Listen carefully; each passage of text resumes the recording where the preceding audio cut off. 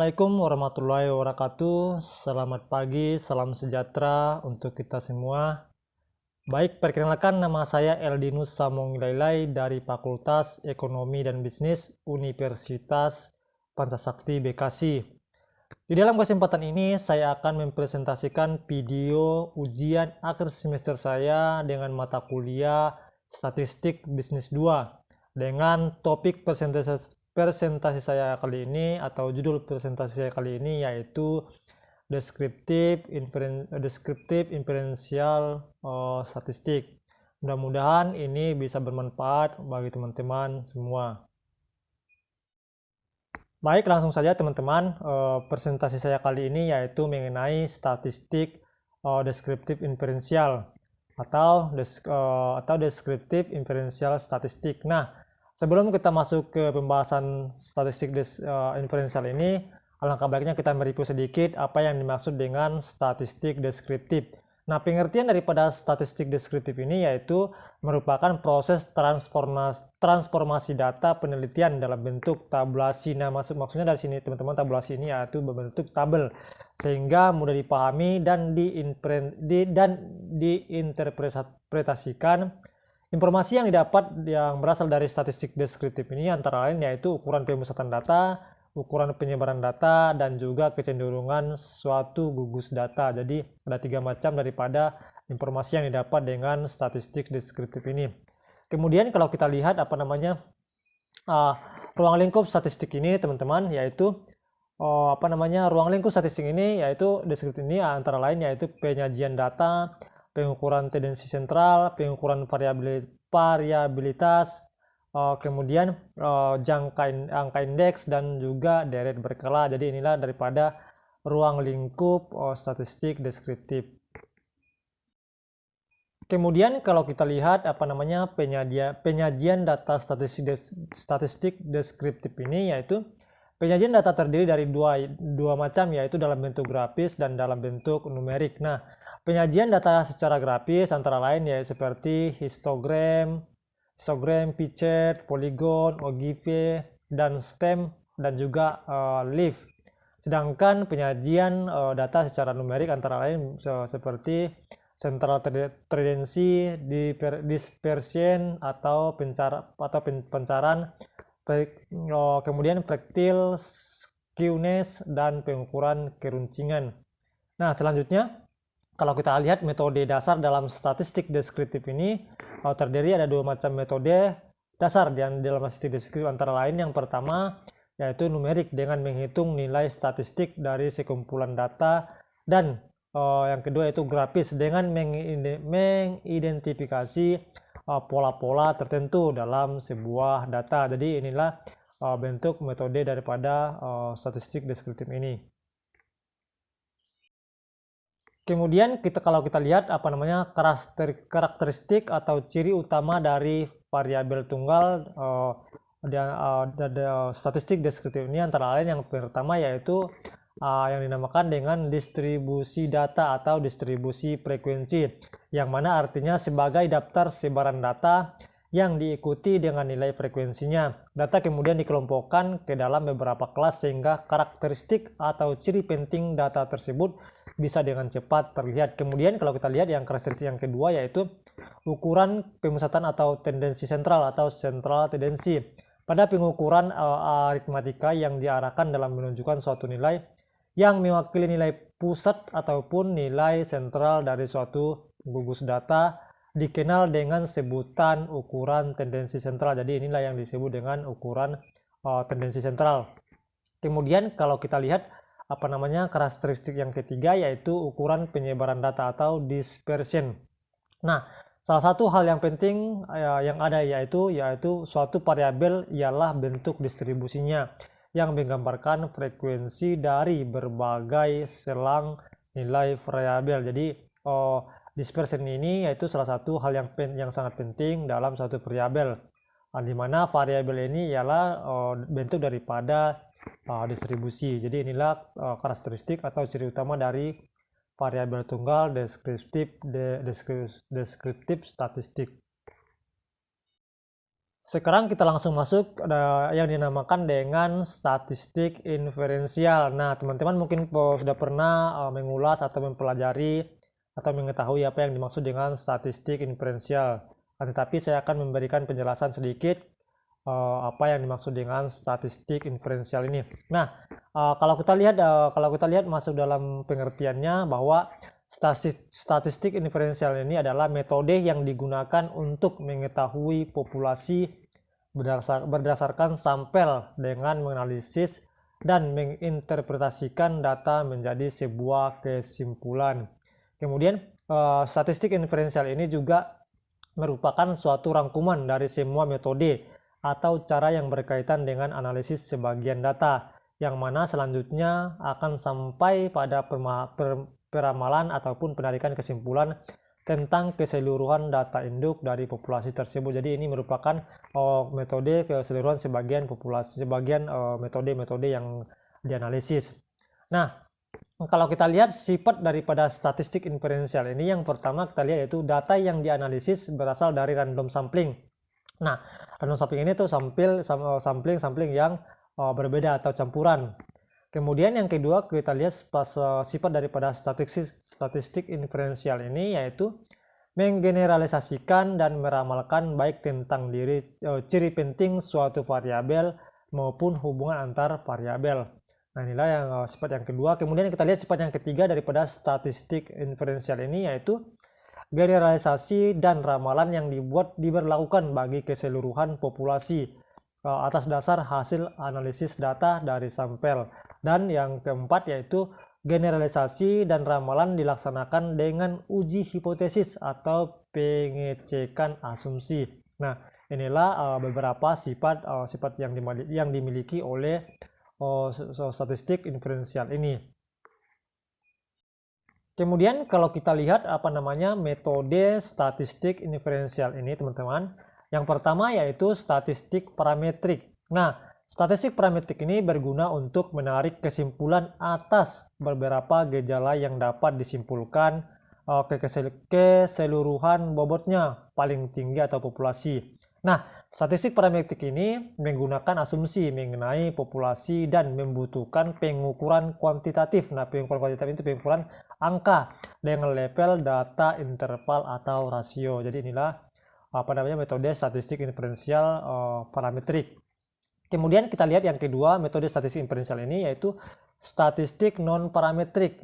Jadi kebalikan daripada statistik parametrik. Nah, statistik non parametrik ini dari indikator beberapa gejala yang hanya berlaku kesimpulan saja. Jadi ini statistik non parametrik ini yang berlaku dari beberapa gejala yang kita temui, yang kita analisis hanya berlaku kesimpulan saja pada beberapa bagian dari suatu keseluruhan. Nah, statistik non parametrik ini menggunakan lebih sedikit asumsi, jadi tidak banyak asumsi-asumsi yang digunakan dalam statistik non parametrik ini, sehingga mengenai populasi dan dibutuhkan data dengan level serendah-rendahnya atau serendah-rendah ordinal. Jadi inilah metode statistik non parametrik. Baik. Kalau kita lihat dari segi perbedaan antara perbedaan statistik deskriptif dengan statistik inferensial ini, yaitu statistik deskriptif hanya terbatas dalam penyajian data pada bentuk tabel, diagram, ataupun grafik, serta besaran lainnya. Kemudian kalau kita lihat bahwa statistik deskriptif ini bertujuan untuk mendeskripsikan atau menggambarkan karakteristik data atau karakteristik sebuah data. Nah, inilah yang disebut dengan statistik deskriptif. Sementara kalau kita lihat statistik inferensial ini tidak hanya mencakup statistik deskriptif saja, tetapi juga dapat dipakai dalam melakukan estimasi serta penarikan kesimpulan. Jadi statistik inferensial ini tidak hanya mencakup statistik deskriptif, akan tetapi juga dipakai dalam melakukan estimasi atau perkiraan serta penarikan kesimpulan kepada populasi dari sampelnya. Nah, statistik inferensial ini bertujuan untuk mengambil kesimpulan untuk populasi dengan menganalisis sampel. Jadi sangat jelas teman-teman bahwa perbedaan antara statistik deskriptif dan dengan statistik inferensial ini. Selanjutnya teman-teman kita lihat fungsi daripada statistik deskriptif dengan statistik inferensial ini. Nah, kalau kita lihat fungsi daripada statistik deskriptif ini adalah untuk memahami, mendeskripsikan, menerangkan data, peristiwa yang dikumpulkan dalam suatu penelitian, penyelidikan, dan tidak sampai pada generalisasi atau pengambilan kesimpulan mengenai populasi yang diselidiki. Jadi hanya sampai daripada penelitian, pendeskripsian, penerangan data maupun peristiwa-peristiwa. Jadi ini adalah batasan daripada fungsi daripada statistik deskriptif. Nah, kalau kita lihat fungsi daripada statistik inferensial ini sendiri adalah untuk menaksir secara umum. Jadi secara umum, secara luas sebuah populasi dengan memakai hasil sampel berdasarkan data atau gejala yang ada pada suatu penelitian, termasuk di dalamnya semua teori penaksiran serta juga pengujian teori. Jadi semua mencakup daripada tujuan daripada fungsi daripada statistik inferensial ini mencakup daripada sebuah atau keseluruhan daripada penelitian. Selanjutnya teman-teman, yaitu kalau kita lihat ruang lingkup daripada statistik inferensial ini, yang pertama yaitu distribusi teoritis. Nah, mungkin ini tidak heran lagi teman-teman mendengarkan bahwa distribusi teoritis ini sudah kita pelajari yang lalu-lalu. Tapi saya akan menerangkan lagi, mereview lagi kepada teman-teman di semua. Nah, yang ruang lingkup statistik inferensial ini yang pertama yaitu distribusi teoritis. Nah, salah satu distribusi frekuensi yang paling penting dalam statistik adalah distribusi normal. Nah, distribusi normal berupa kurva berbentuk lonceng setangkup yang melebar tak terhingga pada kedua arah positif dan negatif. Penggunaannya sama dengan penggunaan kurva distribusi lainnya. Frekuensi relatif suatu variabel yang mengambil nilai antara dua titik pada sumbu datar. Tidak semua distribusi berbentuk lonceng setangkup merupakan distribusi normal. Jadi ini daripada distribusi teoritis yang merupakan ruang lingkup daripada statistik inferensial. Selanjutnya kita lihat ruang lingkup statistik inferensialnya yang kedua yaitu sampling dan sampling distribusi. Nah, kalau kita lihat sampling ini yaitu bagian dari metodologi statistika yang berhubungan dengan pengambilan sebagian dari populasi. Nah, jika sampling dilakukan dengan metode yang tepat, analisis statistik dari suatu sampel dapat digunakan untuk menggeneralisasikan keseluruhan populasi. Sampling berguna dalam penarikan kesimpulan atau inference yang valid dan dapat dipercaya. Kemudian kalau kita lihat distribusi sampling adalah distribusi nilai statistik sampel-sampel. Jika statistik yang ditinjau adalah mean dari masing-masing sampel, maka distribusi yang terbentuk disebut distribusi mean sampling atau sampling distribution of the means. Dengan demikian dapat juga diperoleh distribusi deviasi standar varians media dari sampling. Jadi inilah yang disebut dengan sampling dan sampling distribusi ruang lingkup statistik inferensial. Nah, selanjutnya teman-teman ke ruang lingkup statistik inferensial ini yang ketiga yaitu pendugaan populasi atau teori populasi. Nah, populasi adalah himbauan dari unsur-unsur yang sejenis. Unsur-unsur sejenis maksudnya tersebut adalah bisa berupa manusia, hewan, tumbuhan, benda-benda, zat cair, peristiwa, dan sejenisnya. Biasanya populasi bisa terbatas dan bisa tidak terbatas. Populasi dari mana sampel diambil disebut populasi induk. Nah, melalui teknik pengambilan sampel yang reliable, kesimpulan penelitian dapat digeneralisasikan. Jadi inilah ruang lingkup daripada statistik inferensial yang ketiga. Kemudian kita lihat yang selanjutnya yaitu uji hipotesis. Nah, uji hipotesis ini adalah metode pengambilan keputusan yang didasarkan pada analisis data, baik dari percobaan yang terkontrol maupun dari observasi atau tidak terkontrol. Nah, dalam statistik, sebuah hasil bisa dikatakan signifikan secara statistik jika kejadian tersebut hampir tidak disebabkan oleh faktor yang kebetulan sesuai dengan batas probabilitasnya yang sudah ditentukan sebelumnya. Jadi inilah yang dinamakan dengan ruang lingkup statistik inferensial yang uji hipotesis. Selanjutnya teman-teman kita lihat ruang lingkup statistik inferensial ini yaitu analisis korelasi dan uji signifikan. Nah, yang pertama kita lihat analisis korelasi. Pertama kali dikembangkan oleh Carl Pearson pada tahun 1900. Tujuan dari analisis ini adalah untuk menentukan beberapa erat hubungan antara dua variabel. Nah, definisi analisis korelasi dinyatakan sebagai berikut. Analisis korelasi adalah suatu teknik statistik yang digunakan untuk mengukur keeratan hubungan atau korelasi antara dua variabel.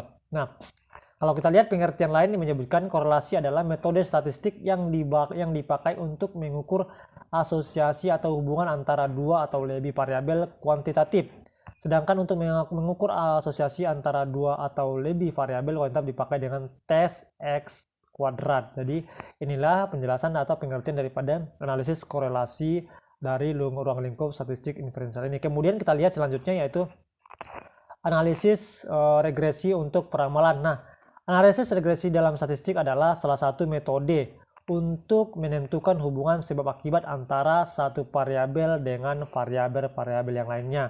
Variabel penyebab disebut dengan bermacam-macam istilah: variabel penjelas, variabel eksplanatik, variabel independen, atau secara bebas variabel X karena seringkali digambarkan dalam grafik sebagai habis atau sumbu X. Jadi inilah dari pengertian daripada analisis regresi untuk ramalan dalam ruang lingkup statistik inferensial. Baik teman-teman, mungkin inilah video presentasi saya untuk ujian akhir semester saya dengan mata kuliah Statistik Bisnis 2 dengan judul presentasi saya kali ini yaitu tentang deskriptif inferensial statistik. Nah, mungkin teman-teman ada yang kurang jelas atau masih ada atau penjelasan-penjelasan saya yang belum paham, mohon dimaafkan. Akhir kata saya ucapkan banyak terima kasih. Wassalamualaikum warahmatullahi wabarakatuh.